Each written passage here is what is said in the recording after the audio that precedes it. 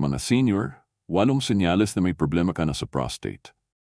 Kapag senior ka na, bawat maliit na pagbabago sa katawan mo, lalo na sa ihi, ay hindi na dapat pinabalewala. Ang prostate ay isang maliit na gland na matatagpuan sa ilalim ng pantog. At kahit maliit lang ito, malaki ang epekto kapag ito'y nagka-aberya. Maraming lalaki ang hindi alam na may sintomas na sila ng prostate issue. Isa sa mga pinakaunang senyales na may problema ka na sa prostate ay ang madalas na pag-ihi lalo na sa gabi. Hindi lang ito simpleng pagbangon para umihi ng isang beses, kundi halos kada isang oras na istorbo ang tulog mo para lang bumangon at magbanyo. Ang dahilan dito ay lumalaki ang prostate gland at pinipisil ang daanan ng ihi. Kaya kahit konti lang ang laman ng pantog mo, parang pinipilit na nitong ilabas. Hindi lang ito nakakabawas sa tulog, kundi nakaka-apekto rin sa immune system, memorya at energy mo sa maghapon. Isa pa sa madalas maranasan ng may prostate issue ay ang paghina ng agos ng ihi. Dati diretso at malakas ang pag-ihi mo pero ngayon parang may bara. Minsan kailangan mong maghintay bago tuluyang lumabas ang ihi. Minsan pa nga ay putol-putol ang daloy. Ito ay dahil sa pagbara ng prostate sa urethra, yung tubo na dinadaluyan ng ihi palabas ng katawan. Kapag ito ay naiipit ng lumalaking prostate, humihina ang agos at tumatagal ang oras sa banyo. May mga lalaki pa nang napipilitang umire para lang mailabas ang ihi. Pero delikado ito. Dahil pwedeng humantong sa urinary retention, yung hindi mo na talaga mailabas ang ihi kahit puno na ang pantog mo. Ikatlong senyales, pakiramdam na hindi naubos ang ihi. Pagkatapos mong umihi, may natitira pa ring pakiramdam na parang hindi ka patapos. Para bang may naiwan. Kapag ganito ang nararanasan mo araw-araw, senyales ito na hindi mo na lubusang nailalabas ang laman ng pantog mo. Sa katagalan, ang natitirang ihi ay nagiging dahilan ng impeksyon. Ang bakterya na hindi mo nailalabas sa katawan ay dumadami at pwedeng magdulot ng UTI. Hindi lang yan, pwede rin itong maapektuhan ang kidneys mo. Dahil sa pagtaas ng pressure sa urinary tract, pwedeng tumaas ang pressure pocket sa bato na humahantong sa tinatawag na hydronephrosis. Yung paglaki ng kidneys dahil barado ang daloy ng ihi. Ang ika-4 na senyales ay masakit na pag-ihi. Hindi ito normal. Kapag nakakaramdam ka ng kirot, hapdi o burning sensation tuwing umiihi, posibleng may prostate inflammation ka na o tinatawag na prostatitis. Pwede itong dulot ng impeksyon, pero may mga pagkakataon na ito ay non-bacterial o autoimmune. Ibig sabihin, ang katawan mo mismo ang umaatake sa sariling cells ng prostate. Kapag palaging masakit umihi at may kasamang lagnat o panginginig, senyales ito na hindi na simpleng prostate enlargement. Pwede itong komplikasyon ng UTI na umabot sa prostate gland. Ika-5, dugo sa ihi o semilya. Kapag may nakita kang bahid ng dugo kahit kaano kaliit sa iyong ihi o semilya, dapat ka nang magpatingin. Ito ay hindi normal sa kahit anong edad, lalo na sa mga seniors. Ang dugo ay senyales na may namuwang sugat, impeksyon o abnormalidad sa prostate. May mga pagkakataon na benign o hindi naman cancerous ang sanhi. Pero may mga kaso rin na ito ang unang senyales ng prostate cancer. Lalo na kung paulit-ulit na may dugo sa semilya kahit wala kang iniindang sakit. Huwag mong hintayin na lumala pa bago ka magpa-check up. Maagang diagnosis ang susi sa maagap na gamutan.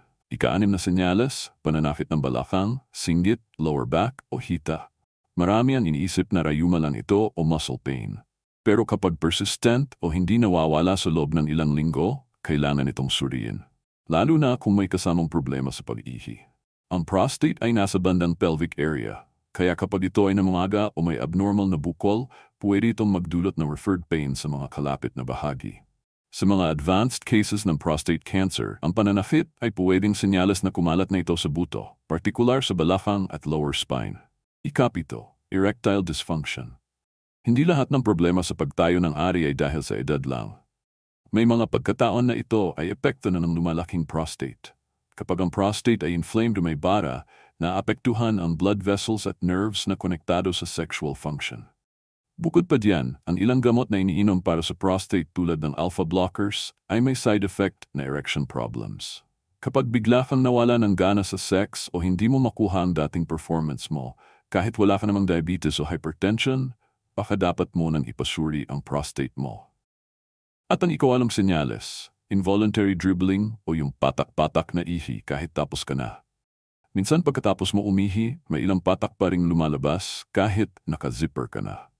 Minsan pa nga, nararamdaman mong basa ang brief mo kahit hindi ka naihi ng buo. Ang tawag dito ay post-void dribbling. Nangyayari ito kapag hindi na ganun ka-responsive ang pelvic muscles mo. Lumalaki ang prostate at nahihirapan ng mag-contract ang bladder muscles, kaya may natitirang ihi na patuloy na tumatagas. Bukod sa nakakahiya ito, nagiging dahilan ito ng infection at skin irritation. Kapag kahit isa lang sa mga senyales na ito ay nararanasan mo, lalo na kung dalawa o higit pa, malaking posibilidad na may problema ka na sa prostate. Pero hindi mo kailangang matakot agad. Hindi lahat ng sintomas ay automatic na cancer. Pwede itong benign prostatic hyperplasia o BPH, isang non-cancer enlargement na kadalasang parte ng pagtanda. Pero kahit benign, pwede pa rin itong makaapekto sa kalidad ng buhay mo. Kaya ang mahalaga ay maagapan, hindi sapat ang paghula. Hindi rin sapat ang paghanap lang ng herbal over-the-counter na gamot nang hindi ka nagpapatingin. Dapat itong suriin ng isang urologist gamit ang mga karaniwang test tulad ng DRE o digital rectal exam, PSA blood test para masukat ang prostate-specific antigen, at kung kinakailangan, ultrasound o MRI para makita kung gaano kalaki ang prostate mo at kung may bukol. Huwag mo na rin ikahiya kung kailangan mo magpatingin. Maraming lalaki ang napapabayaan ng prostate health dahil sa hiya. Pero habang mas maaga mong inaaksyonan ang mga babalang ito, mas malaki ang tsansa mong maiwasan ang operasyon, catheter o mas malalang komplikasyon gaya ng kidney failure. Hindi rin ito tungkol lang sa physical health. Ang mga lalaki na may prostate problems ay kadalasang nakakaranas ng depression, low self-esteem at anxiety. Naiwasan nila ang intimacy, nababawasan ang confidence at unti-unting lumalayo sa social interaction. Kaya kung nararanasan mo na ang mga senyales na ito, ang pagpapatingin ay hindi kahinaan. Isa itong hakbang para muling mabawi ang kontrol sa sarili mong katawan. Minsan simpleng pag-ihi lang ang unang babala. Minsan isang kirot lang o isang patak ng dugo. Pero kapag pinagsama-sama mo ang mga maliliit na ito, malinaw na sinasabi ng katawan mo na may kailangang baguhin at may kailangang solusyonan. Kung isa ka sa mga senior na nakakaranas ng mga senyales na ito, kailangan mong unawain hindi lang ang sintomas, kundi pati na rin ang mga dahilan kung bakit nangyayari ito. Habang tumatanda, nagkakaroon ng natural na hormonal changes ang katawan. Bumaba ang testosterone at tumataas ang levels ng estrogen sa katawan ng lalaki. Ito ang isang pangunahing dahilan kung bakit lumalaki ang prostate habang tumatanda. Pero hindi lang edad ang may kinalaman dito. Ang lifestyle ay may malaking epekto rin. Ang mga lalaking may sedentary lifestyle o yung palaging nakaupo at kulang sa physical activity ay mas mataas ang tsansa ng prostate problems. Kapag kulang ka sa ehersisyo, bumabagal ang sirkulasyon ng dugo sa pelvic area at nagkakaroon ng inflammation na pwedeng magpalala sa kondisyon ng prostate. Ang diet ay may kinalaman din. Kapag madalas kang kumain ng processed meat, fatty food, at kulang sa gulay at prutas, tataas ang inflammation sa katawan. May mga pag-aaral na nagpapakita na ang high-fat diet ay konektado sa mas mabilis na paglaki ng prostate. Ang sobrang asukal, refined carbs, at fast food ay nagpapataas din ng insulin resistance at inflammation na parehong risk factor sa BPH at prostate cancer. Ang pagiging overweight o obese ay nagpapataas rin ng tsansa ng prostate enlargement.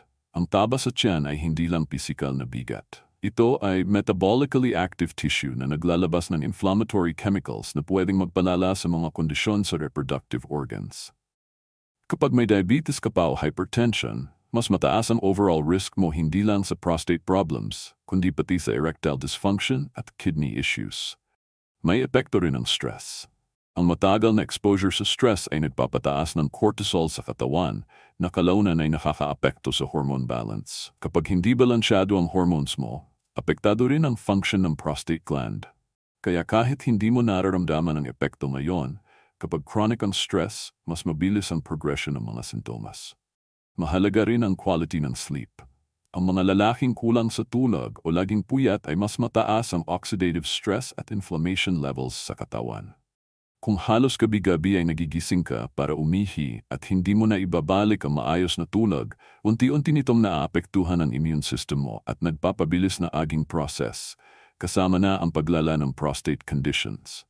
Ngayon, paano mo maagapan o mapapabuti ang kalagayan mo kung may senyales ka na ng prostate problem?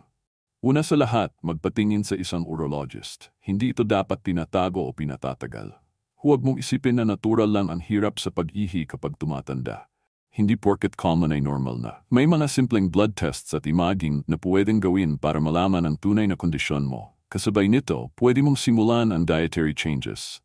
Kumain ka ng mga pagkain mayaman sa lycopene. Ito ay matatagpuan sa kamatis, watermelon at pink grapefruit. Ang lycopene ay antioxidant na may protective effect laban sa prostate enlargement at cancer. Ugaliin din ang pagkain ng cruciferous vegetables tulad ng broccoli, cauliflower at kale. May sulforaphane, ito na may anti-cancer properties. Magdagdag ka ng omega-3 rich food gaya ng salmon, sardinas, chia seeds at flax seeds. Ang omega-3 ay tumutulong magpababa ng inflammation at magpa-normalize ng hormone levels. Umiwas naman sa processed meat, sobrang taba, fried foods at asukal. Lahat ng ito ay nagpapalala ng prostate inflammation. Para sa mga natural supplements, pwedeng ikonsidera ang saw palmetto na matagal nang ginagamit para sa BPH symptoms. Ayon sa ilang studies, nakakatulong ito pabagalin ang paglaki ng prostate at nagpapabuti ng pagdaloy ng ihi. May mga gumagamit din ng Pygeum africanum, stinging nettle at beta-sitosterol. Pero bago ka uminom ng kahit anong supplement, siguraduhin ikinokonsulta mo muna ito sa iyong doctor para hindi ito makasagasa sa maintenance meds mo kung meron kang ibang iniinom. Ang isa pang mabisang hakbang ay ang regular na pelvic floor exercises o tinatawag na Kegel exercises. Akala ng karamihan para lang ito sa mga babae, pero malaking tulong ito sa mga lalaking may prostate issues. Pinapalakas nito ang muscles sa palibot ng pantog at urethra, kaya mas nagiging kontrolado ang pag-ihi. Iwasan mo rin ang caffeine at alak.